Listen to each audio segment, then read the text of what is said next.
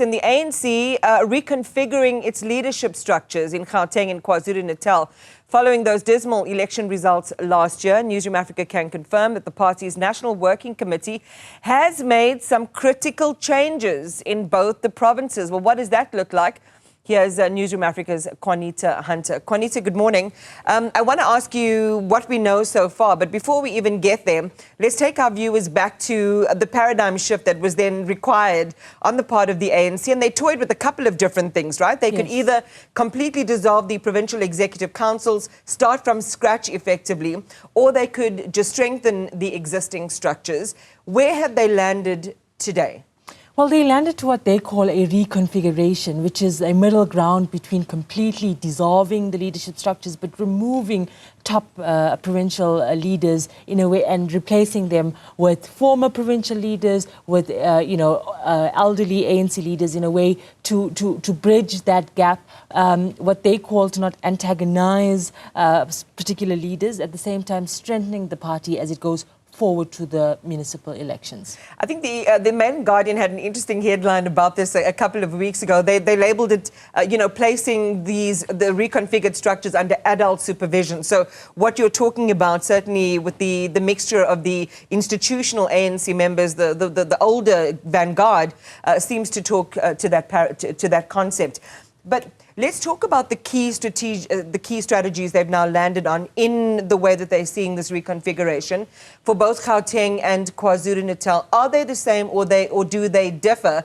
I mean, we must remember that KwaZulu-Natal had a particular political reality, or depicted a particular political reality for the ANC, having been in power there for 2 decades. Yeah. So let's start with Gauteng, Iman. The ANC there obviously lost, from 50 or declined from 50% to 34%. There was a lot of concern and noise within the ANC and National Executive Committee that there needs to be some sweeping action. They've landed now after a long meeting of the NWC on Monday that ended last night that said that the leadership will now be co-convened between Amos Masondo, who's an elderly ANC leader. He was a former chair of the NCOP, and Panyaza Lesufi. They will co-convene the province, and then the coordinator of the province, which is the equivalent of a provincial secretary, will be Hope Papo, who used to be in this position many years ago. So that's kind of a middle ground, a real political compromise with some what you call adult supervision,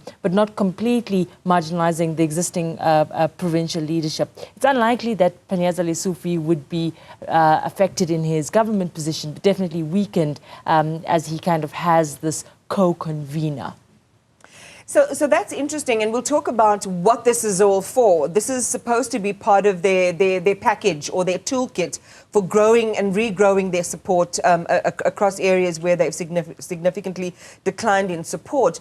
But how does this set them up for internal stability or potential future? I mean, we've seen factionalism rear its head over and over again. We've seen people who've wanted to hold on to their positions without interference. We've seen the distance and the chasms between the top 7, for example, and everyone else in the organization who also has their eyes on leadership positions. Yeah, so this has always been the problem within the ANC as it tries to rebuild. Remember, what the ANC set out to do is to have these provinces elect new leaders by the end of the year. And so the most important thing is that these adults in the room that the NWC has agreed on now in this reconfigured leadership structure will have to essentially rebuild the ANC in these provinces ground up. If you look at KwaZulu-Natal, for example, there's a dismal state of branches with many reports about how entire structures of the ANC just sort of moved along to the MK party. You'd know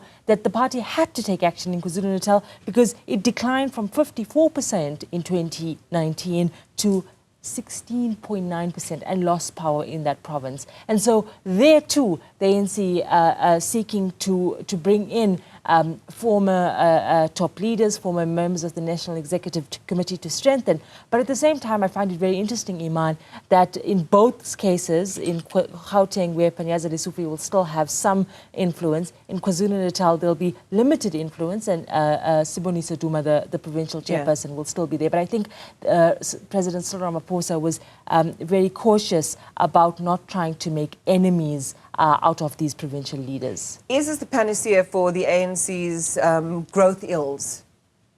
I think that it is just trying to stabilize. It's an antibiotic for the moment, as it has to deal with a very, very important and consequence, which is the loss of power. And how do you then rebound in an election that's less than 18 months away? And so that's the most important thing, when they realize that there's actually very little ANC left in these provinces. How do you rebuild, more importantly, just to stabilize where the party is, so that there isn't a devastating outcome come the local government elections next year.